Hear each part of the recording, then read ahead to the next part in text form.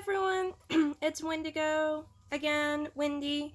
So we're continuing 25 days of manga, trying something new with my phone today. Hopefully it works.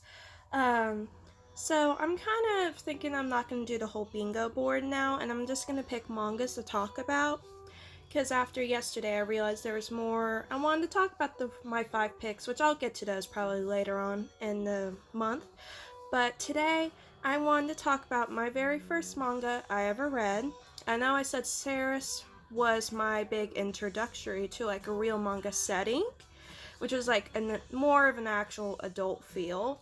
But it was not the first manga I ever read. I read that whenever I was like 13. My first manga I actually ever read was Sailor Moon. I loved the anime from whenever I was like probably 5 or 6 years old.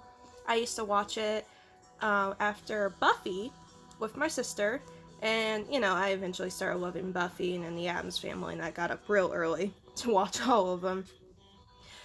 But my sister's friend, whenever I was in the 3rd grade, had the Sailor Moon mangas, these original ones too, and let me borrow them, and I read them all. And gosh, Sailor Moon is just such a great series.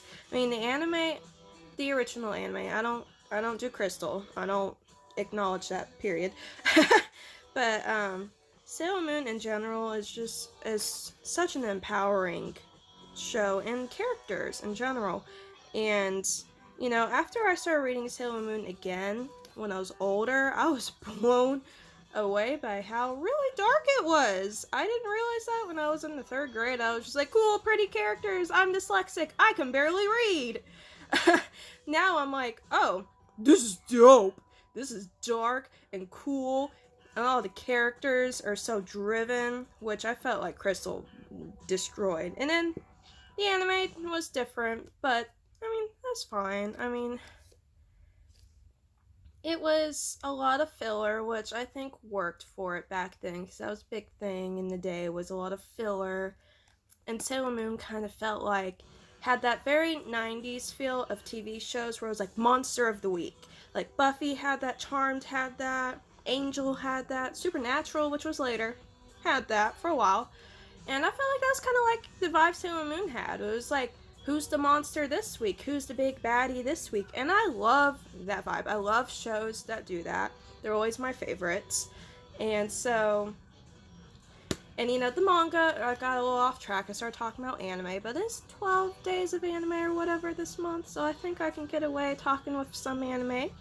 But Sailor Moon, the manga is fantastic. I mean, the art in it is so good. I have to be careful with this one, because if you open this one too wide, it tears up.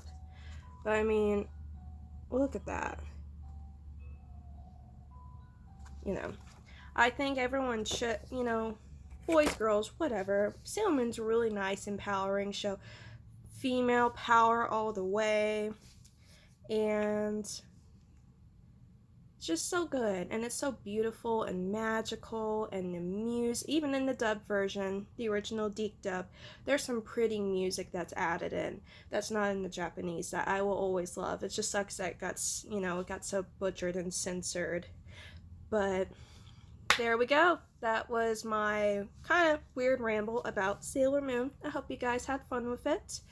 I will hopefully see you next time if I keep making videos. If not, then we'll see how it goes.